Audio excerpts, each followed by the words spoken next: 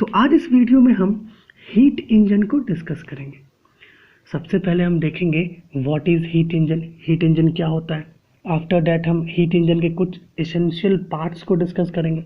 फिर heat engine के working को देखेंगे, कैसे हीट इंजन का डिफरेंट पार्ट्स वर्क करता है। एंड आफ्टर दैट हम हीट इंजन के इफिशियंसी पर भी कुछ चर्चा करेंगे। तो सबसे पहले हम देखेंगे what is heat engine. Heat engine क्या है? Generally heat engine is a device which converts heat energy into mechanical energy. Heat engine एक ऐसा डिवाइस है जो हीट एनर्जी को मैकेनिकल एनर्जी में कन्वर्ट करता है। जैसे कि हम पेट्रोल इंजन का बात कर सकते है ना, डीजल इंजन का बात कर सकते हैं, स्टीम इंजन जो पहले यूज होते थे, है ना। अब बात आता है हीट इंजन के एसेंशियल पार्ट्स का, जैसे कि सोर्स है, सिंक है और वर्किंग सब्सटेंस है। तो सबसे पहले हम सोर्स के बारे में जानेंगे कि सोर्स क्या है। जनरली सोर्स एक हॉट बॉडी होता है, ठीक है। सोर्स जो है ये एक हॉट बॉडी होता है जिसे हम कांस्टेंट हाई टेम्परेचर पर मेंटेन करते हैं। ये हम देख रहे हैं कांस्टेंट हाई टेम्परेचर पर हम इसे मेंटेन करते हैं। सोर्स का जो थर्मल कैपेसिटी होता है, ये थर्मल कैपेसिटी बहुत लार्ज होता है, ठीक है। इसका थर्मल कैपेसिटी बहुत लार्ज होता है। इट मीन्स है कि अगर हम इस सोर्स से, ठीक है, Q1 अमाउंट ऑफ हीट ले लें, अगर हम इस सोर्स से Q1 अमाउंट ऑफ हीट ले लेते हैं, तब भी इस सोर्स का जो टेम्परेचर है वो अनचेंज रहेगा। तब भी इस सोर्स का जो टेम्परेचर है वो अनचेंज रहता है, ठीक है। सोर्स को हम हॉट रिजर्वायर भी कहते हैं। तो अब बात आता है सिंक का। सिंक एक कोल्ड बॉडी होता है, ठीक है, जिसे हम एक कांस्टेंट लोअर टेम्परेचर पर मेंटेन करते हैं, ठीक है। सिंक क्या है? एक कोल्ड बॉडी है जिसे हम कांस्टेंट लोअर टेम्परेचर पर मेंटेन करते हैं। और इस सिंक का भी जो थर्मल कैपेसिटी होता है, जैसा कि हम देख रहे हैं, इस सिंक का भी जो थर्मल कैपेसिटी होता है वो बहुत लार्ज होता है। क्योंकि अगर हम सिंक को Q1 अमाउंट ऑफ हीट, या फिर हम ऐसा कहें कि अगर हम इसे Q2 अमाउंट ऑफ हीट दे दें, तब भी इस सिंक का जो टेम्परेचर है वो अनचेंज रहता है, जैसा कि हम देख रहे हैं, रिमेन अनचेंज। और इस सिंक को हम कोल्ड रिजर्वायर भी कहते हैं। कहीं कहीं पर आपको सिंक की जगह कोल्ड रिजर्वायर भी मिलेगा और यहाँ सोर्स की जगह पर हॉट रिजर्वायर भी मिलेगा। अब बात करते हैं वर्किंग सब्सटेंस का, ठीक है। वर्किंग सब्सटेंस एक्चुअली एक ऐसा मटेरियल है जो गैस के फॉर्म में रहता है और ये कुछ हीट एनर्जी सोर्स से ऑब्जॉर्ब करता है, ठीक है। उसमें से कुछ हीट एनर्जी ये सिंक को रिजेक्ट कर देता है और बचा हुआ हीट एनर्जी से ये वर्क करता है, ठीक है। जो भी थ्योरीज है वो आपको यहाँ पर इस पार्ट में मिल जाएगा, ठीक है। तो अब चलते हैं हम हीट इंजन के वर्किंग की तरफ। तो अब बात आता है हीट इंजन के वर्किंग का। तो जनरली हमने देखा हीट इंजन के पास एक सोर्स होता है, सिंक होता है और वर्किंग सब्सटेंस होता है, ठीक है। तो ये वर्क कैसे करता है?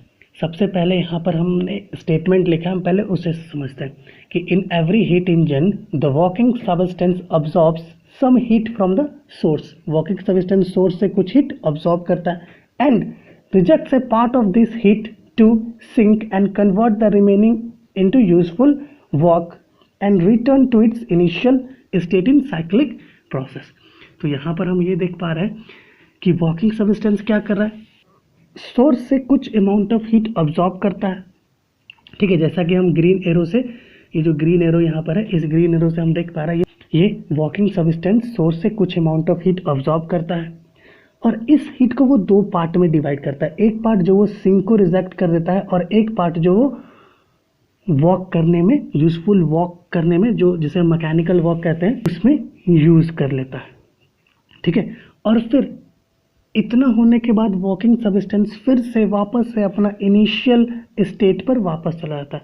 इनिशियल स्टेट पर वापस आने के बाद फिर से वर्किंग सब्सटेंस क्या करता है, सोर्स से कुछ अमाउंट ऑफ हीट फिर ऑब्जॉर्ब करता है और कुछ पार्ट उसका वर्क करने के लिए यूज कर लेता है और जो रिमेनिंग होता है उसे वो सिंक में रिजेक्ट कर देता है। इसी तरीके से वो अपने साइकिल को रिपीट करते रहता है। जैसा कि हम देख रहे हैं, heat engine due to repetition of same cyclic process again and again वो इस साइक्लिक प्रोसेस को करते रहता है।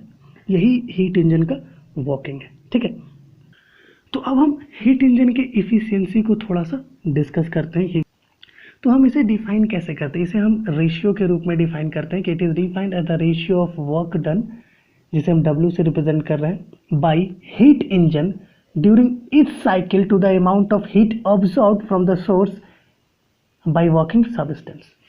तो इफिशियंसी क्या है? इफिशियंसी रेशियो है किसका किसका? वर्क डन जो हीट इंजन करता है और अमाउंट ऑफ हीट जो वर्किंग सबस्टेंस ऑब्जॉर्ब करता है, इन दोनों का रेशियो होता है इफिशियंसी। तो अगर हम ऐसा कंसिडर करें कि जो वर्किंग सबस्टेंस है, ये वर्किंग सबस्टेंस अगर Q1 अमाउंट ऑफ हीट, ये जो हम देख रहे हैं ये Q1 अमाउंट ऑफ हीट अगर ये वर्किंग सबस्टेंस ऑब्जॉर्ब करता है सोर्स से, तो इस Q1 अमाउंट ऑफ हीट में से अगर वो Q2 amount of heat reject कर देता है किसको? सिंक को, और कुछ अमाउंट ऑफ हीट जो उसके पास बच गया है उसके हेल्प से अगर वो कुछ वर्क डन कर रहा है, जिसे हमने इधर लिखा है यहाँ पर, ठीक है।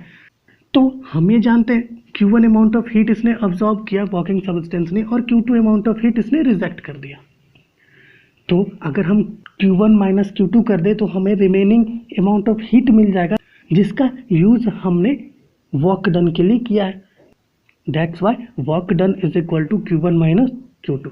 अब इफिशियंसी क्या होता है? Efficiency of heat engine eta is equal to W by Q1 is equal to Q1 minus Q2। ये जो हम देख रहे हैं Q1 minus Q2 by Q1। अगर हम Q1 और Q1 को डिवाइड कर दें, दोनों को अगर हम अलग कर दें तो हमें मिलेगा 1 माइनस Q2 बाई Q1। कुछ इस तरीके का हमें ईटा का फॉर्मूला मिलेगा, इफिशियंसी ऑफ हीट इंजन का फॉर्मूला मिलेगा, eta is equal to 1 minus Q2 by Q1। अब थोड़ा सा हम डिस्कस करेंगे कि हीट इंजन का इफिशियंसी जो है 0 और 1 के बीच लाई करता है, और हीट इंजन का इफिशियंसी कभी 100% नहीं होता, ठीक है। हीट इंजन का जो इफिशियंसी है वो कभी भी 100% नहीं होता है, ठीक है। मतलब है कि ईटा का वैल्यू कभी भी 1 से इक्वल नहीं होता है, ठीक है। तो यहाँ पर हम देख पा रहे हैं, हमने यहाँ लिखा है कि efficiency of heat engine lies between 0 to 1। Heat engine का जो इफिशियंसी है वो 0 से 1 के बीच लाई करता है। इट मीन्स है कि ना तो वो 0 होगा और ना ही 1 होगा, ठीक है। अगर इफिशियंसी किसी हीट इंजन का 1 होता है तो इसका मतलब है कि उस हीट इंजन का इफिशियंसी 100% होगा, जो पॉसिबल नहीं है। तो सबसे पहले हम देखते हैं कि हमने यहाँ पर क्या किया। हमने यहाँ पर लिखा है कि since if Q2 is less than Q1, अगर Q2 का वैल्यू मतलब जो अमाउंट ऑफ हीट हम सिंक को दे रहे हैं, Q2 क्या है? वो ये अमाउंट ऑफ हीट है जो हम सिंक को दे रहे हैं, और Q1 क्या है? अमाउंट ऑफ हीट जो हम सोर्स से ले रहे हैं।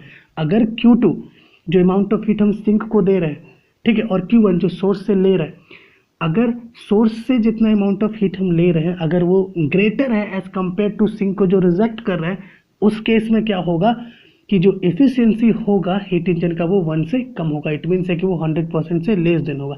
लेकिन अगर ऐसा हो कि हम हीट इंजन में जो सिंक प्रेजेंट है अगर हम उसे कुछ भी अमाउंट ऑफ हीट रिजेक्ट ना करें, मतलब Q2 का वैल्यू अगर 0 हो, अगर हम उसे कुछ अमाउंट ऑफ हीट रिजेक्ट ना करें, तो उस केस में जो एफिशिएंसी होगा हीट इंजन का वो 100% होगा। ईटा का वैल्यू 1 से इक्वल होगा, जो कभी पॉसिबल नहीं होता है।